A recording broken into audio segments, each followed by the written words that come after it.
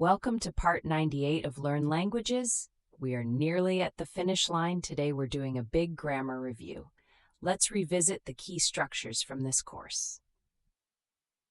Tenses.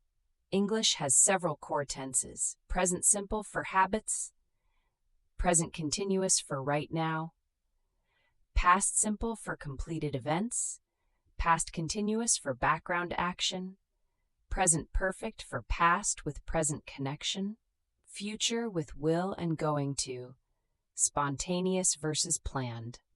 Conditionals, 4 types. 0 facts. First, real future. Second, imaginary. Third, past regret. If I had studied harder, I would have passed. That's the third conditional. Modal verbs, can, could, should, would, must. Each has its own meaning and level of strength. Passive voice, be plus past participle. Use it when the action matters more than the actor. Reported speech, shift tenses back when reporting. Adjective order, osaskomp.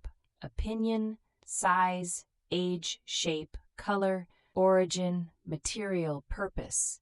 Linking words, because, so, but, although, however, therefore.